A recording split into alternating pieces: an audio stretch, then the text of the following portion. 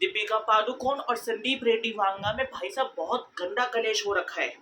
हाँ, तो गाइस देखो आज मैं बात करने वाला हूँ बॉलीवुड की एक लेटेस्ट न्यूज़ के बारे में। तो भाई जैसा कि हम सब जानते हैं अपने एडल्ट वाली जो मूवीज़ बनाते हैं, नहीं, मैं अपने यहाँ पे जो मजाटी की बात नहीं कर रहा, मैं कह रहा हूँ भाई प्रॉपर खून खराबा जिसने अपने बॉलीवुड में कमर्शियलाइज़ कर दिया।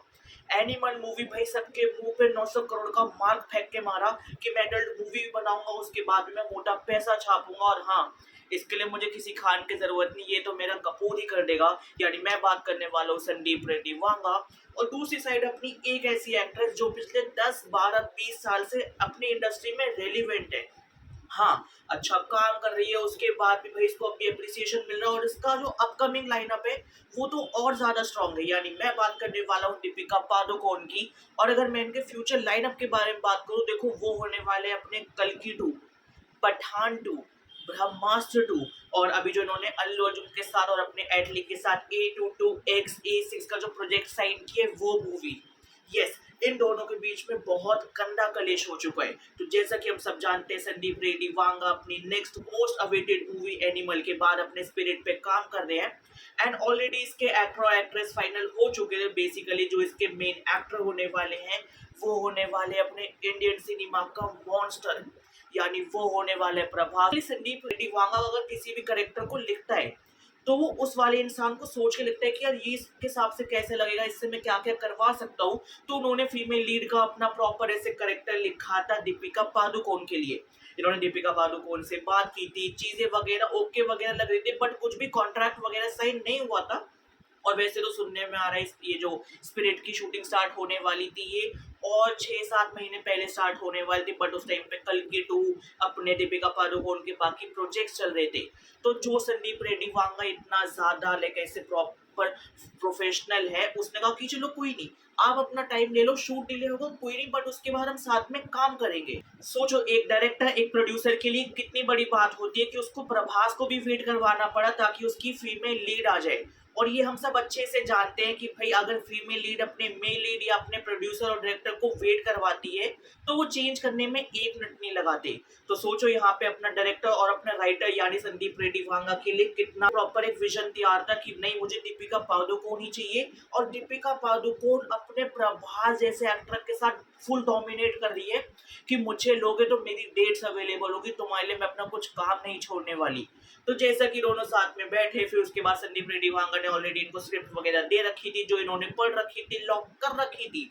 फिर इन्होंने फिर से पढ़ा, मुझे नहीं पता कि ये बातें कितनी सच है कितनी झूठ है, बट ये ऑलरेडी हम अपने संदीप रेड्डी वांगा की इससे पहले वाली मूवीज में देख चुके हैं, कबीर सिंह और एनिमल में, कि इसके अंदर जो इनकी फीमेल लीड होती है वो इतनी बोलती नहीं है एंड वो थोड़ी सबमिसिव टाइप की होती है। प्लस थोड़े बोल्ड सीन होते हैं, थोड़े सेक्सुअल सीन्स होते हैं, प्रॉपर केस वगैरह सेक्स वगैरह करते हुए वो हीरोइंस को कहीं ना कहीं दिखाना पड़ता है, दिखाया जाता है। संदीप रेड्डी वांगा कुछ ऐसा थॉट होता है। तो ऐसा अपने दीपिका पादुकोण के पीआर, हाँ पीआर का कहना है कि दीपिका पादुकोण ने कुछ भी नहीं बोला, उनके पीआर का कहना है कि इतनी बड़ी हीरोइन ऐसे वाले रोल्स तो नहीं करने वाली। और चलो ये तो हो गई अपनी स्क्रिप्ट के बाद। और संदीप रेड्डी वांगा भाई वो इतना ज्यादा विजनरी आदमी है, वो थोड़ी बहुत बोल्ड सीन्स कम कर देता, उसमें फिर भी कोई दिक्कत नहीं थी। बट जब अपनी दीपिका पादुकोण ने डिमांड्स रखी, मैं तुम्हें डिमांड्स का बता दूं, पहले इनकी डिमांड थी कि देखो मैं 20 करोड़ चार्ज करूंगी एंड ये तो चलो मेरी टोटल फिक्स नहीं है, ये मेरी सिर्फ वो फीस है जो मेरी परमानेंट है, मूवी चले या ना चले, और मूवीज के बाद जितनी चलेगी उसमें से मैं प्रॉफिट शेयरिंग मॉडल रखूंगी, जो आजकल सिर्फ अपने मेल वगैरह रखते हैं। एंड कोई एक्ट्रेस कह रही है कि मैं अपने प्रॉफिट शेयरिंग मॉडल में अपना शेयर रखूंगी, तो वो हीरोइन भाई ऑलरेडी अपनी कितनी ज्यादा तगड़ी हो। एंड कहीं ना कहीं मुझे इसमें कुछ दिक्कत भी नहीं लग रही कि अगर तुम 20 करोड़ चार्ज कर रहे हो और अगर तुम प्रॉफिट शेयरिंग भी रख रहे हो, अगर प्रोड्यूसर इतना पैसा कमाएगा तुमसे, वो पूरा ही तुम्हारा जूस निकालने वाला है, तो I guess it's a fair deal. फिर इन्होंने कहा कि जो हमारा कॉन्ट्रैक्ट होगा वो सिर्फ 100 दिनों की शूटिंग का होगा, उसके बाद अगर तुम्हारी साइड से कितना भी डिले हुआ मैं पर डे चार्ज करने वाली हूँ, मैं 5 दिन भी एक्स्ट्रा नहीं दूंगी फ्री में शूटिंग करने के लिए। प्लस उन्होंने कहा कि देखो मैं एक दिन में सिर्फ 6 घंटे शूट करूंगी, मैं 8-9 घंटे 10 घंटे 12 घंटे मैं ऐसे शूट भी नहीं करने वाली। देखो मेरे हिसाब से ये वाली चीजें थोड़ी अनफेयर है कि हाँ तुम्हें अगर 100 दिन से ज्यादा तुम्हें शूट करवाना है उसके तुम एक्स्ट्रा पैसे चार्ज करो, वो मैं मानता हूँ कि ये बिल्कुल सही है। बट तुम कह रहे हो 6 घंटे, मान लो अगर तुम्हें एक ही दिन में पहले तुम्हें सुबह का शूट करना है, फिर तुम्हें रात का करना है शूट। मान लो अगर कोई एक ऐसा सीन है कि जिसमें तुम रात को भाग-भाग के जा रहे हो और पीछे तुम्हारे गुंडे हैं, तुम्हारे प्रॉपर खून वगैरह, तुम लथपथ हो, तो बट ऑफ कोर्स सी बात है वो रात में शूट होगा। एंड फिर उसके बाद तुम कहीं पे फँसे हुए हो, जब तुम बाहर निकले वो सुबह हो चुकी है उसी हाल में। तो क्या फिर उसके बाद वो 6 घंटे पहले हम वो खत्म करेंगे रात का सीन, फिर उसके बाद सुबह होने का वेट करेंगे, फिर उसके बाद सुबह होने के बाद वो सारा मेकअप फिर से होगा। तो कंटिन्यूटी है ना बहुत ज़्यादा आ जाता, तो मेरे हिसाब से ये वाली डिमांड मुझे तो बिल्कुल भी सही नहीं लगी थी। और फिर उसके बाद अगर मैं दूसरे संदीप रेड्डी वांगा की बात करूँ, तो मेरे हिसाब से भाई ये बंदा भी कुछ ज़्यादा ही प्रोफेशनल है, कुछ ज़्यादा विजनरी है, कि इसने कहा हो कि नहीं देखो ये मेरी डिमांड है, ये तुम्हें करनी पड़ेगी, वरना एक काम करो तुम अपने रास्ते हम हमारे रास्ते। तो ऐसा होगा। और प्लस अपने प्रोड्यूसर डायरेक्टर राइटर यानी संदीप रेड्डी वांगा के साथ एक दिक्कत और है कि ये जिस अपने मेन लीड के साथ काम कर रहे हैं वो अपना प्रभास है, यानी वो डायनासोर है। उस बंदे की अपनी डिमांड होगी, वो तो इनके बीच में कुछ कलेश नहीं हो, इसलिए आज तक वो डिमांड बाहर नहीं आई। एंड मेरे हिसाब से इस मूवी के लिए प्रभास आराम से 100 120 150 करोड़ चार्ज कर रहा होगा। हाँ, इससे कम तो वो चार्ज नहीं करेगा। तो उसकी भी डिमांड्स पूरी करनी है। और देखो दीपिका पादुकोण ना अपने बॉलीवुड की शेर है, आई मीन शेर नहीं है। क्यों, मैं तुम्हें बताता हूँ। इनकी तुम पास्ट 20 मूवीज उठा के देख लो, एंड तुम किसी और हीरोइन की उठा के देख लो। मैं सिर्फ आज के टाइम की नहीं, मैं पहले के भी टाइम की कह रहा हूँ। तुम उठा के देख लो, और जो एक्ट्रेस पिछले 20-30 साल से रेलिवेंट हो और आने वाले प्रोजेक्ट्स भी उतने ही रेलिवेंट हो, वो बहुत बड़ी चीज है। देखो अपने एंटरटेनमेंट इंडस्ट्री ऐसी है, चाहे फिर हॉलीवुड हो, टॉलीवुड, कॉलीवुड, बॉलीवुड, मतलब ये अपनी एंटरटेनमेंट इंडस्ट्री किसी भी फील्ड की हो, किसी भी फील्ड की एंटरटेनमेंट इंडस्ट्री, इसके अंदर फीमेल्स का कंट्रीब्यूशन बहुत कम टाइम के लिए होता है बट बहुत इम्पैक्टफुल होता है। इसका प्राइम एग्जांपल मैं देता हूँ। अजय देवगन, अक्षय कुमार, अपने तीनों खान, सलमान खान, शाहरुख खान और अपने आमिर खान, ये पिछले बॉलीवुड में 25-30 साल से काम कर रहे हैं पांचों। एंड इनके साथ जो हीरोइंस आती थी उनके शादी हो गई, उनके बच्चे हो गए। एंड मुझे तो नहीं याद कि भाई मैंने आखिरी बार किस इनको पहले वाली हीरोइन के साथ काम करते हुए देखा था। शिल्पा शेट्टी आज भी कितनी फिट है, वो बिल्कुल स्लिम ड्रिम, मतलब आज की हीरोइनों से वो ज्यादा फिट है। स्टिल मैं तो उनको अपनी लास्ट किसी मूवी में ऐसे आते हुए देखा। मैं वेब सीरीज की बात नहीं कर रहा यहाँ पे, प्रॉपर कमर्शियल मूवीज की बात कर रहा हूँ। जबकि एक्टर्स तो हुए जिन्होंने इन्होंने जवानी में साथ में काम किए। और यही अपने दीपिका पादुकोण को शाहरुख खान ने लॉन्च किया, और अभी भी 20 साल बाद भी शाहरुख खान के साथ बैक टू बैक काम कर रही है। बॉलीवुड में अच्छा खासा नाम है, तो दीपिका पादुकोण भी यहाँ पे अच्छा खासी ऑडियंस कैटर करती है। स्टिल तुम कहोगे कि भाई यहाँ पे 20 करोड़ है दीपिका पादुकोण के, वो भी हमें ज्यादा लग रहे हैं, अपने प्रभास के 100-150 करोड़ है वो भी कम लग रहे हैं।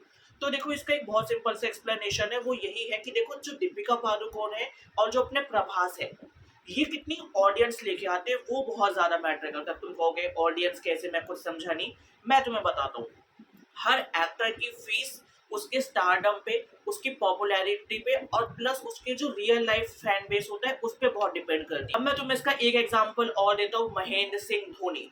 इनके ऑनलाइन फॉलोअर्स मुझे नहीं याद आएगा, 30-35 मिलियन होंगे, या हो सकता है और कम हो या और भी ज्यादा हो। ये मैं अगर एक आइडिया लेके चलता हूँ, तो अगर जैसे कोई अपनी एक्ट्रेस है 50 मिलियन 70 मिलियन वाली, मैं कह रहा हूँ 80 मिलियन वाली कोई एक्ट्रेस है, देखा जाए तो अपने महेंद्र सिंह धोनी से ऑलमोस्ट ट्रिपल। बट अगर तुम अपने स्टेडियम में जाओगे, तुम्हें कौन सुनाई देगा? धोनी, धोनी, थाला, थाला। क्यों? क्योंकि ये बंदे फॉलोअर्स पे नहीं टिकते, ये बंदे अपने रियल फैंस पे टिकते हैं। तो जो जितने टिकट्स तुम्हें ला के दे सकता है वो उतनी फीस कैटर करता है। बाहुबली के बाद से अपने प्रभास ने स्क्रिप्ट वगैरह इतनी अच्छी चूज नहीं करी, कल्कि को छोड़ के, बट स्टिल पहले दिन 150 करोड़, 200 करोड़, 100 करोड़ से नीचे का तो बंदे ने मार्क ही नहीं किया। आई गेस इसने मोटा मोटा 7 से 8 फिल्में बेकार दी होगी, बट स्टिल अपने प्रोड्यूसर्स का पैसा निकलवा दिया। और उसके बाद भी वो मूवीज फ्लॉप में या फिर अपनी एवरेज में आई थी। सोचो। तो अभी जो तुम देख रहे हो, यहाँ हर तरीके से हर कोई कितना ज्यादा फंसता जा रहा है। और भाई मैं तो संदीप रेड्डी वांगा की यहाँ पे भाई साहब दिल की दाद दूंगा कि तुमने एक न्यू एक्ट्रेस को जो अभी जस्ट बॉलीवुड में आई है, मतलब थोड़ी नोन वगैरह हुई, वो भी एनिमल से ही, उसको तुमने अपने प्रभास के साथ मेन फीमेल लीड में कास्ट भी कर दिया। यस, अपने दीपिका पादुकोण की एग्जिट होने के बाद या उनको निकालने के बाद इन्होंने तृप्ति डिमरी को ऑफिशियली कंफर्म कर दिया। हाँ, और फिर उसके बाद जैसे ही कंफर्म हुआ था, फिर दीपिका पादुकोण ने, आई डोंट नो कि उन्होंने पीआर किया या नहीं किया, but I am damn sure किया है। तो उनकी पीआर ने अपने तृप्ति डिमरी, संदीप रेड्डी वांगा, प्रभास, स्पिरिट, इन सब पे नेगेटिव हेट रेट, मीम्स वगैरह ऐसे कमेंट्स वगैरह करने स्टार्ट कर दिए। और वो चीज बहुत एविडेंट है कि भाई ये फोर्सफुल हेट है, ये ऑडियंस का जेन्युइन हेट तो नहीं था। सोचो, एक एक्ट्रेस जो पिछले 20-22 साल से काम कर रही है अपने बॉलीवुड में, और एक एक्ट्रेस जो पिछले 3-4 साल से कर रही है पर पॉपुलर अपने 2023 के एंड में हुई है, उससे वो इनसिक्योर हो गई। मतलब ये कोई तुक ही नहीं बनता। और फिर उसके बाद जब अपने दीपिका पादुकोण ने पूरी इसकी स्क्रिप्ट वगैरह पढ़ रखी थी, प्रॉपर उनको बेस वगैरह पता था, तो उनके पीआर तक की बात कैसे पहुंची, ये चीज बाहर कैसे आई कि जो ये अपनी मूवी होने वाली है स्पिरिट, ये एडल्ट होने, मतलब ठीक है ये तुम कह रहे हो कि हाँ भाई संदीप रेड्डी वांगा है तो ये अपना एडल्ट कंटेंट ही बनाएगा, ये प्रॉपर ऐसे मार काट दिखाएगा, तो भाई वो ऑटोमेटिकली उसको ए सर्टिफिकेट मिल जाएगा। इस मूवी के अंदर एक नर्स वाला सीन होने वाला है, ये तो मुझे नहीं पता था, ये किसी को नहीं पता था। कोई शूटिंग अभी इतनी अच्छी स्टार्ट भी नहीं, कुछ लीक आ गए होंगे। तो ये चीज दीपिका पादुकोण को पता होगा ना, स्क्रिप्ट राइटर्स को पता होगा, और अपने संदीप रेड्डी वांगा को पता होगा। दीपिका पादुकोण के बाहर आते ये चीजें कैसे बाहर आ गई? तो मेरे हिसाब से ये डर्टी गेम करना तो बिल्कुल भी सही नहीं है। बाकी कौन सही है कौन गलत मुझे भी इतना आइडिया नहीं था, बट ये मुझे एक न्यूज़ के बारे में पता लगा, मैंने कहा चलो इसके बारे में बात करते हैं। तो गाइस ये था मेरा दीपिका पादुकोण वर्सेस संदीप रेड्डी वांगा के ऊपर न्यूज़ के बाद। जितनी चीज़ें मुझे पता थी वो मैंने तुम्हें बता दी। मैंने तीनों साइड से पीओवी रखे, अपने संदीप रेड्डी वांगा, प्रभास और अपने दीपिका पादुकोण। और दीपिका पादुकोण का इस वक्त क्या लेवल है, संदीप रेड्डी वांगा का इस वक्त क्या लेवल है, इनकी क्या मेंटालिटी हो रही होगी, क्या सारी चीजें हो रही होगी, जो जो मुझे मेरे हिसाब से सही लगा मैंने सब बता दिया है। आई गेस इस वाली चीज से तुम लोग भी कहीं ना कहीं एग्री करोगे। तो गाइस ये थी मेरे पास एक न्यूज। अगर तुम्हें न्यूज अच्छी लगी हो, अब तुम बताओ तुम किसकी साइड हो, टीम दीपिका पादुकोण, टीम संदीप रेड्डी वांगा? और अगर तुम मेरे से पूछोगे तो हाँ संदीप रेड्डी वांगा सर की साइड में फिलहाल तो। बट खैर बाकी जल्द मिलते हैं एक और नई वीडियो के साथ। और दीपिका पादुकोण लव है, क्योंकि वो मेरे इंस्पिरेशन यानी कपिल शर्मा का लव है तो मेरा भी लव है। बाकी जल्द मिलते हैं एक और नई वीडियो के साथ। Bye bye.